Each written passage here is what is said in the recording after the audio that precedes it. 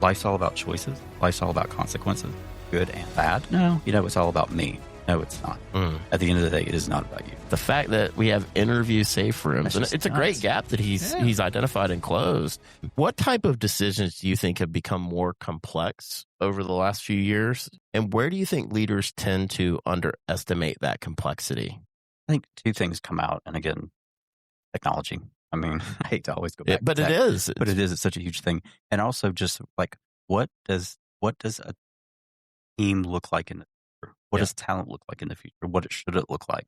Because when you do think about, like, take it back to the staffing firm, when you think about a traditional staffing model, if you really start to embrace AI and agentic and stuff, how far can you take that technology into the process? Do you need the positions that you had before? And I'll give you an example. A technology that can pull requisitions out of the VMS and put them into your ATS. In the past, you had a person, a human, who was doing that swivel chair. You don't need that these days. No. So it's one of those, okay, one thing you could potentially take that person, move them more into maybe a recruiter role. But that, to me, that's where the team dynamic and the team model is going to change. That's what the leader need to understand is if you're thinking that it's always going to be the way it was, that to have to embrace the change. Not the case. No, and I think that leads into how we've talked about technology, and we're going to go there. Here we go. How is AI changing recruitment and the talent acquisition technology landscape? And how do you advise leaders to lead through it? Conversation that we've seen and that I've seen over the last 12 to 18 months is a TA leader or a staffing from I am afraid of it to I am getting excited about how it can help me and my teams. I think you've already seen a huge hurdle be gotten over by these leaders who, again, 12 to 18 months ago, they were scared it was going to take their job. And now the conversations that we're having, they're excited about it because I think they've started to see some of the success. So I think that's where I would say lean into it. Ask questions about it. Don't be afraid of it. And, if it's going to take your job, it's going to take your job. I mean, it is what it is, but just lean into it, understand what's in the market, get all the experience that you can and bring it into your team. Yeah, because it can help if you do it correctly. Well, and, starting small. Yeah, the Big Bang thing, you mentioned that earlier. Yeah, it's that's terrifying. It's painful. But back in the day, that's what you did. Right. Back in the day, it's like you just, we'll pick on Workday. Yeah. All of a sudden, you would just take Workday and just drop it into a global organization. And these days, I think that doesn't happen as much. No. Thank goodness. Because that's just, you create so much chaos. And the change management, you can't control that because there's so much happening at one time. Yeah, I think you're seeing if there is a Workday implementation that's happening that's one or two modules, and then they're expanding out past that. Or a region here, a region there. And it's like one of those lessons learned. Let's go into this region first, learn, course correct, and then go into Yeah. That's interesting. I think, again, it comes back to the sequencing and iterating. But I also think there is this component that we're seeing the other side of AI. There was this fear, is it going to take my job? Now there's this fear, I think, that's existing in who has governance and oversight, and how are we avoiding bias as we use it in the recruitment landscape. And I think that's one of the things that we're currently working. Different states have different laws and what you have to have from a communication and, your policies and how you communicate that out. So it's rapidly evolving. It really is. It's moving very quickly. Where do you think the biggest friction points exist today between external staffing firms, internal TA functions, and recruitment technology? I think if you take the recruitment technology and the internal teams, we'll start there first. I think a lot of it is the friction points are around, just mentioned it, but legal compliance and that governance. Because when we talk to global heads of TA who are in very, very, very, very large organizations spread out across the world, they're wanting to potentially bring in certain solutions or certain modules, and their legal and their compliance are, in one case, they absolutely said no. It was just a flat out period no. Right. That's the extreme, but you're just seeing that's the friction point because they're really trying to understand, okay, what do we need to put in place to protect the company if we're going to bring these things in? And I think a lot of that goes back to what you mentioned earlier, having a partner who has done it before sure they can point back and say, you know what, ABC company had the same reservations. This is how we rolled it out. Yeah. This is what happened.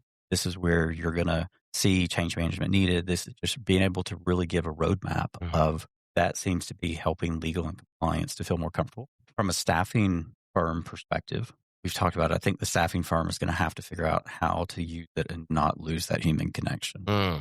Because that human in the loop, that is recruiting. It is. And you see staffing firms who, and there are a few who have popped up recently, they want to create a staffing firm that's 100% agent, no human from start to finish. So inbound to onboarding. 100%. And it's like, okay, you test the model. You know what I mean? Like, because there will be a lot of, I think, good things that come out of that. In my opinion, at the end, it's not going to work. Unless it's a replacement for the volume game. Maybe. I mean, yeah. All I can think there. But I don't know. Because with all the increase in fraud and deep fakes and things like that, if the technology can't figure that out, do we need to almost go back to having a face-to-face interview? You know what I mean? It's like, do we need to kind of go backwards to correct for what's happening at this point with it specifically to the fake candidates? It's funny you bring that up. We've talked about it a good bit. We estimate 38% of our inbound is fake, fraudulent, or misrepresented. That's crazy. This is crazy. But I have a good friend of mine that has started a company that does safe rooms in metropolitan areas. So that means that I, as a candidate, go interview in this safe room if it's a remote hiring, if it's not a local, so that there actually is human identification being validated in the process. The fact that we have interview safe rooms, and it's a great gap that he's identified and closed. Like proctoring of some sort. It I mean, is. like, when you do the test remotely. Yeah. Have someone who sits there and kind of watches you. Well, that's it. He has screens and video cameras and all of that set up, but it's it's a safe room that somebody has to physically go into. Very smart. Great idea, I think. But investment. Yeah, absolutely. So for leaders that are trying to balance speed, quality, and cost, where does contingent recruitment create the most value today? Really thinking through the positions that you need, and figuring out, do you need that full-time employee? Or can you partner, on a contingent basis? Or can you partner on a consulting basis? Or can you partner on a fractional type basis? And really understanding how to leverage the contingent workforce. Because the contingent workforce has changed a lot over the last, 5, 10, 15, definitely 30 years, as to what makes up the contingent workforce. There's so many options out there of how the talent wants to work that falls into the space. And outside of the traditional model, right? They're just trying to, again, it goes back to the leaders or the in-house hiring leaders really understand what are all their options and then figuring out which one would work best for me. Back in the day, long time ago, one of our clients, they decided to take the entire, a light industrial client, take the entire level role and outsource it to us because they knew that was turnover and everything happened at that entry point. So if they could leave them on our payroll and kind of see who worked out and who liked the company, liked the environment, then you can move them into a full-time role. Again, that was probably 20, 25 years ago, but it was a way of thinking very much out of the box. Yeah. And it helped them from a turnover perspective because they didn't bring people on board full-time who in 2 months didn't like it, so they left. It was kind of that period of both of them, both the talent and the buyer, understanding it's a good fit for you.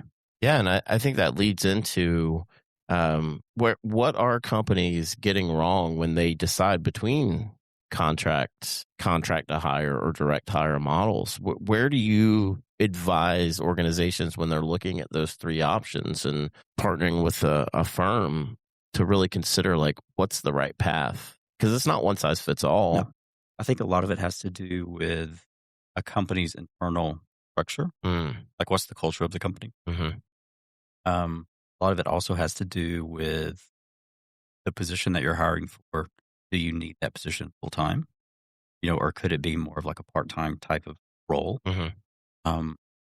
Is that position that you're hiring for one of that is changing so fast that it's like, okay, do I bring someone in on a contract basis? Because I know in 6 months to 12 months, this position is turned on its head. Right.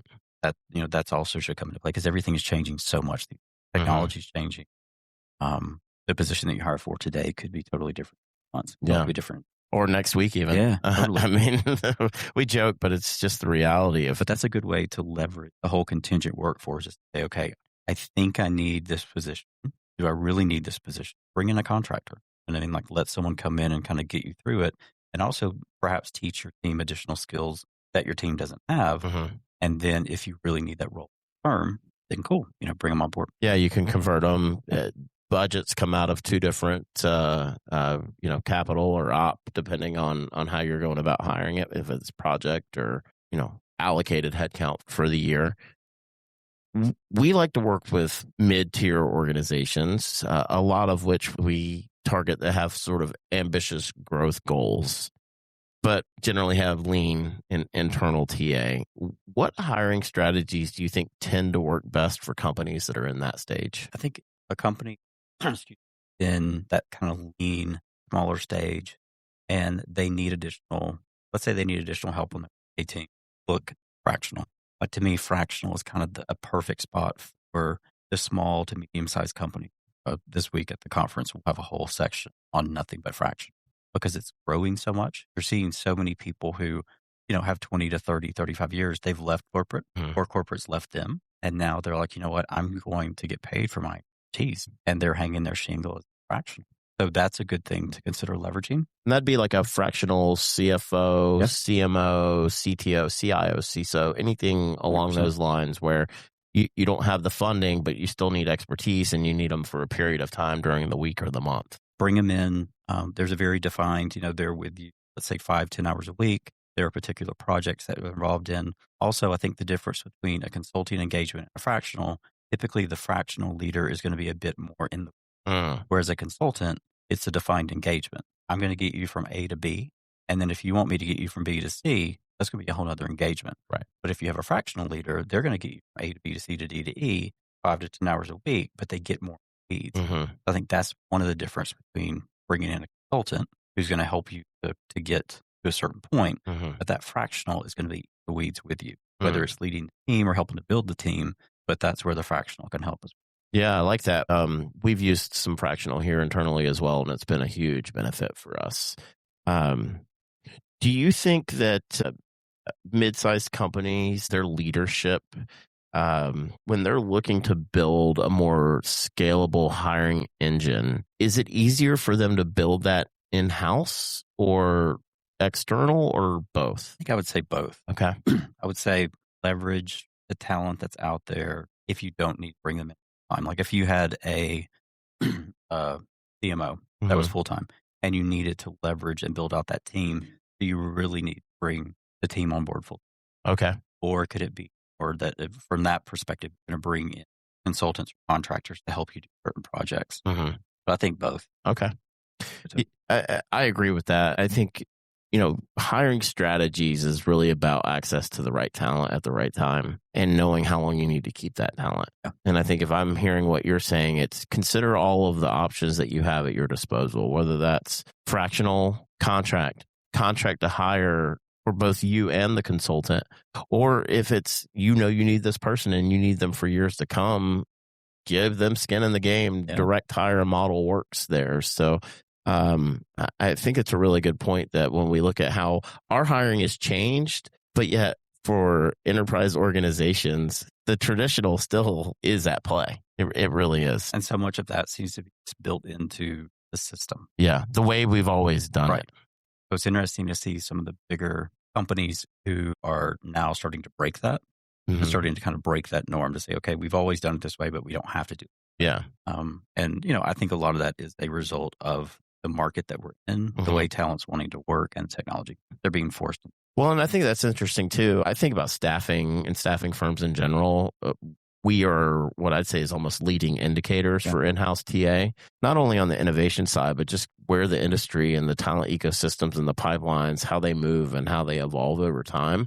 And so, again, it comes back to why it's important to have a good partner in place that can help share some of those lessons learned as you are building out your in-house infrastructure. That's the place you want to get, and you know this better than me.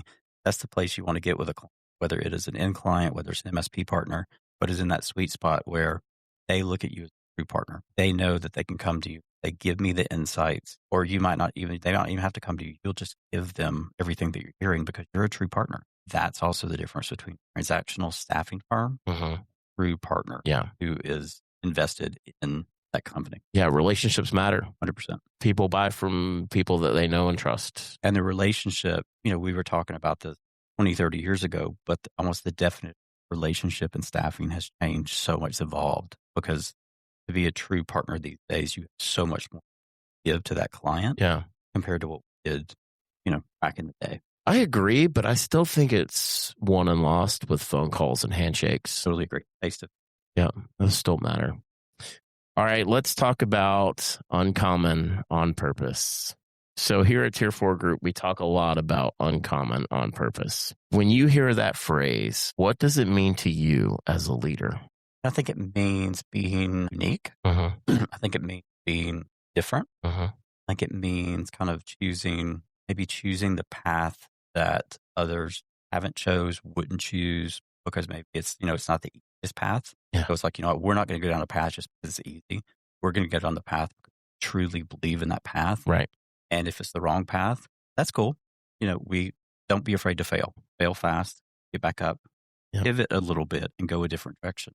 But I think that it definitely comes from, you have to have leadership who is very supportive of like even what you all are doing. But yeah, it means just being different, totally different.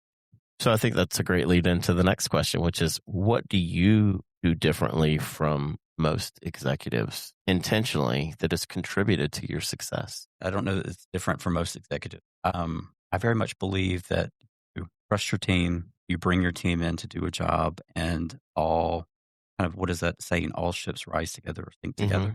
Like we're all in this together. It's cheesy sounding, but there's no I in team. That's really true. There is no I in team. There's no I in leadership. You're only as good as your team. Your team's only as good as the leader. And to me, that's where every leader should be. But you see some leaders who I think kind of get off course and they're like, no, it's all about me. No, it's not. At the end of the day, it is not about you. It is about you, team together, and what you all will do together or how you fail together. And I think a lot of leaders we forget that very much. How do you run a meeting? That's me mad. Most of them are like on Teams. Yeah.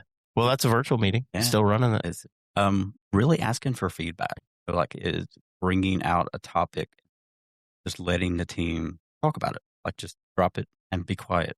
Let the team talk about it. Let the team kind of dig into it and see where that conversation. Again, I don't think the leader always has to be who is talking. They should step back. Let the team listen. 100%.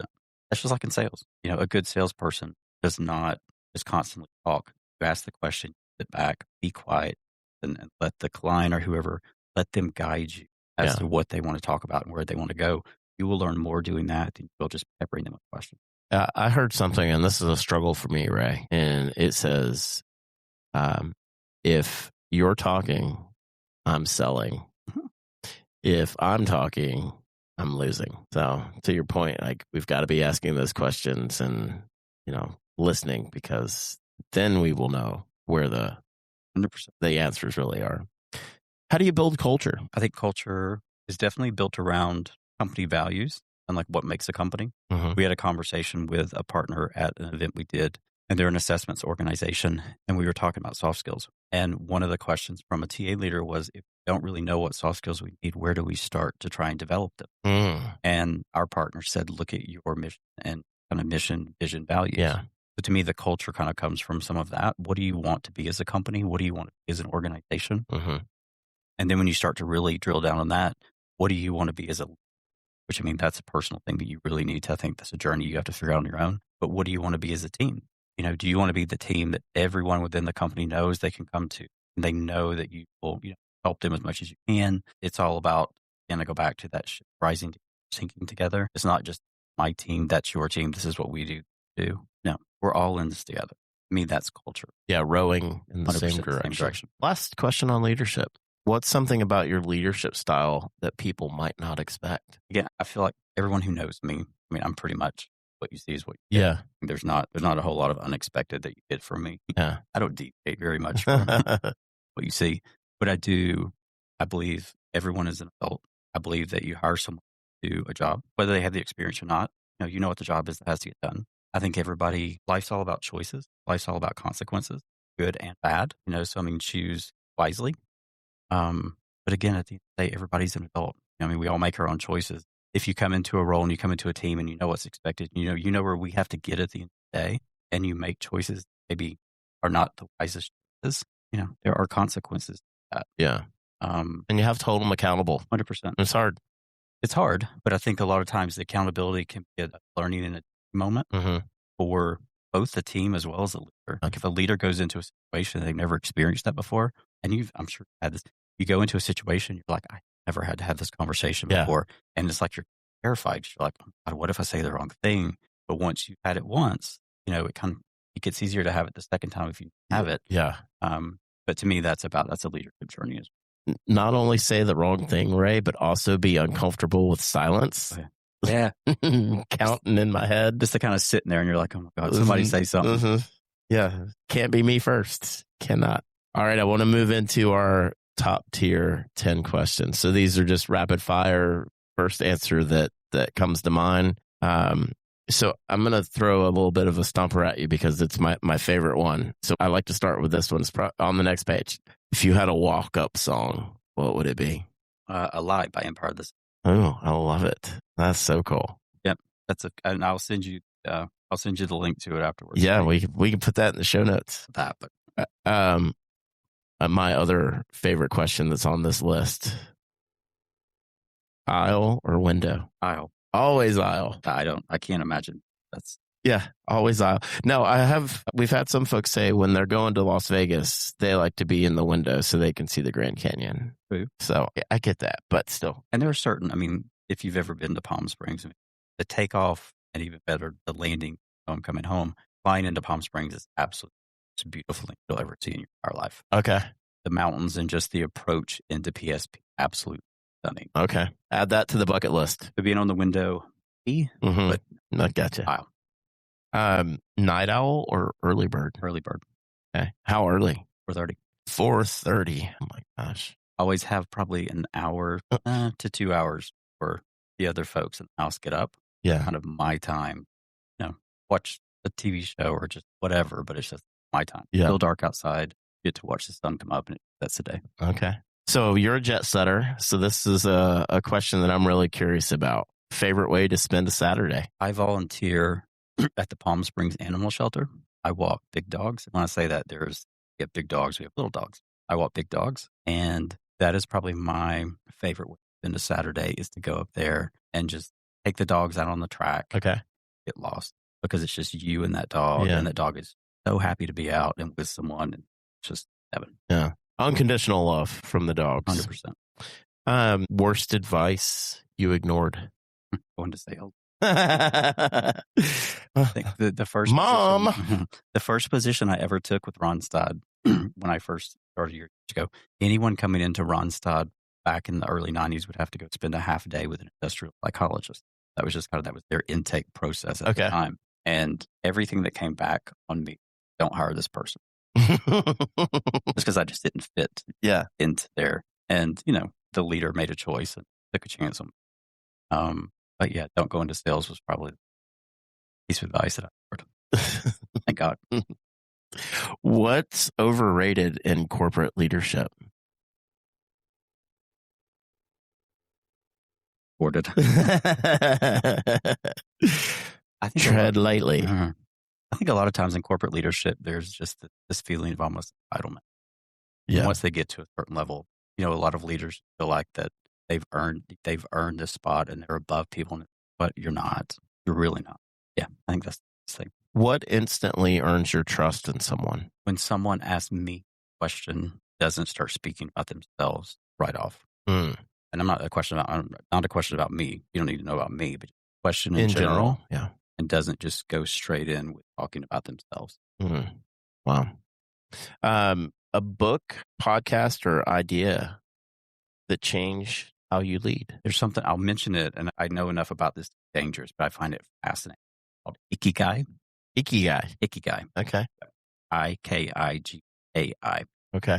And it's kind of this concept of you find just kind of this perfect sweet spot between, what you enjoy getting paid for, what the world needs, what you're good at, and what you love. And so you just kind of find that perfect little sweet spot, and that's happiness. Mm. And so you explore all those things to change yourself and understand what it's about.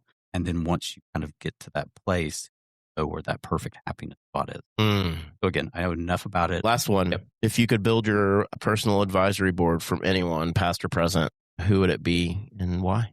Barack Obama, Okay. Hillary Clinton. Okay. That tells you everything about me. And you. And Yoda. Have you seen the new movie? Yes. Okay. We saw it last week.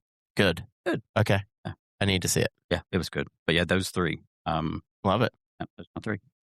Very cool.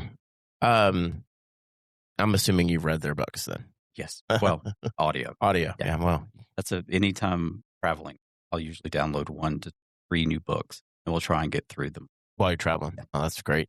Great advice. Just kind of keeps me Constant learning. But it also keeps me just kind of in my own little world, no matter where you're at. Kind of you attach to, like Obama, Hillary read hers. You just attach to their voice, and it just kind of keeps me feeling like I'm back home. No, Yoda doesn't have one. No. No. No. Could you imagine the audiobook of that one? The parables that he would talk in? Oh my gosh. All right, Ray, if someone listening today is trying to reach their own next tier, what would you tell them? I think it would wrap up a lot of what we talked about. Either be curious or stay curious. Don't be afraid to fail. Enjoy every moment of the journey. Everything that you do, life, your career, the people you meet, the people you interact with, the first time you get to go on a business trip, the first time you get to go out of the country, the first time you sit in first class, the first time anything, just really, truly take a moment to soak that in. Yeah. And don't take that for granted. Yeah, it's easy to. Very. And then, anyone who's looking to, I love this phrase, kind of step into your greatness. Mm. You know what I mean? Like really step into it and don't be afraid to. Mm. Because everybody's going to make mistakes, but go full throttle. Yeah. Step into your greatness. Yes. Wow. That's powerful.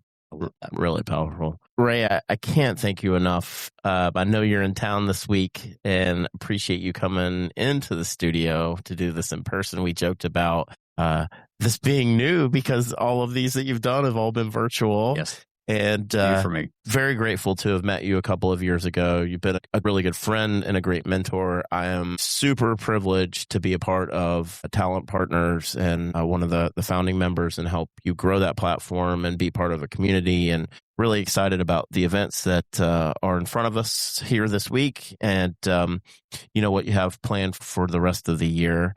You're an advocate for not only staffing firms, but for in-house talent acquisition, for global workforce solutions management. That cannot be understated how big of a deal that actually is. When we talk about Spherion and Randstad and Manpower, you've been there and done it. You've seen the industry evolve over 30 plus years of it. And I'm grateful to be connected to you and the wisdom that you shared here today and some of the vulnerability that you've offered up. We really appreciate it and just want to say thank you for your time and look forward to continuing the conversation. Thank you for the opportunity. I appreciate making time for me while I was in town. It worked out perfectly. This was super cool. It really did. The timing worked out perfectly. I'd like to thank our marketing manager and our engineer, John, for coming in today on a Monday to help us record this. Thank you, John. But Ray, looking forward to the events this week. And just wanted to close out by saying thanks again for your time and lending your talents to us here at the Next Tier podcast. Success isn't accidental. It's uncommon and it's on purpose. Thanks for tuning into this episode of The Next Tier. Be sure to subscribe to us on Spotify, Apple, Amazon Music, or wherever you get your podcasts. We'll see you next time.